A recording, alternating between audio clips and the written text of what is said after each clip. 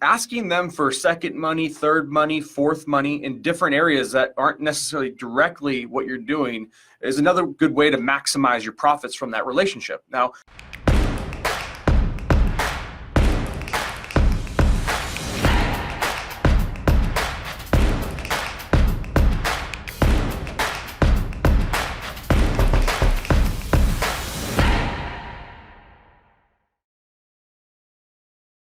I'm going to give away something else that again, has not been released. It's been talked to over the years.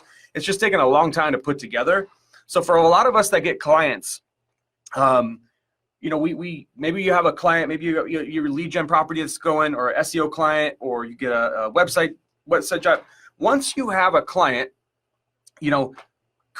asking them for second money, third money, fourth money in different areas that aren't necessarily directly what you're doing is another good way to maximize your profits from that relationship. Now, if you've got a good relationship with someone, but you have other services or products and things that you can bring to the table for them, you should do so, right? I think a lot of us, we look at our businesses way too linear. So we see a client and we say, well, I do lead gen for them and I make $1,000 a month from them, and so I got to go get another client for another $1,000 a month.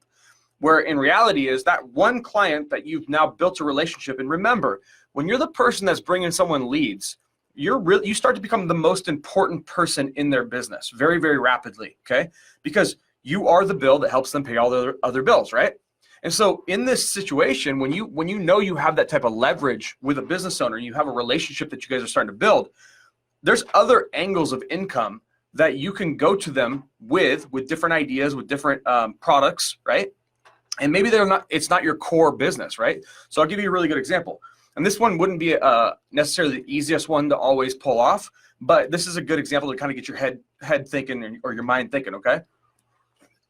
If you have a business owner and you're doing business with them, you're generating leads, coming to them with another product that you might go and become an affiliate of let's say like credit card processing, right? Every business owner takes credit cards.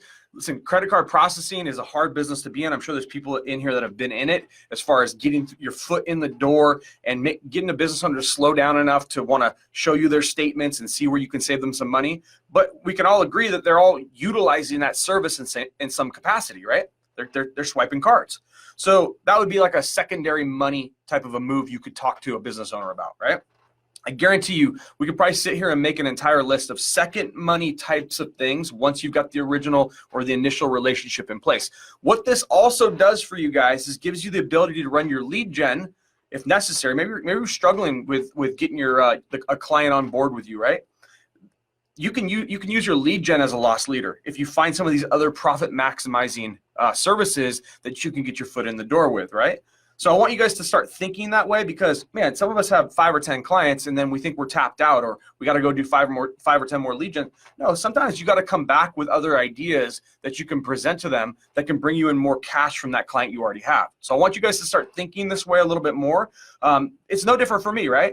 And this is why I'm very protective of people in this group and not having other people in this group selling other products and services without it being approved by me or there being some sort of a agreement between me and them, right? Very protective of that, and I don't allow people to do that in this group.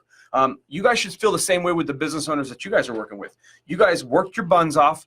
You got them you did something for them, whether that was a lead gen property or an SEO or a website or social media, man, whatever you did to get that deal with that client, that is now your client, and you have the license to continue to offer them things that you could see as a benefit to their business, right?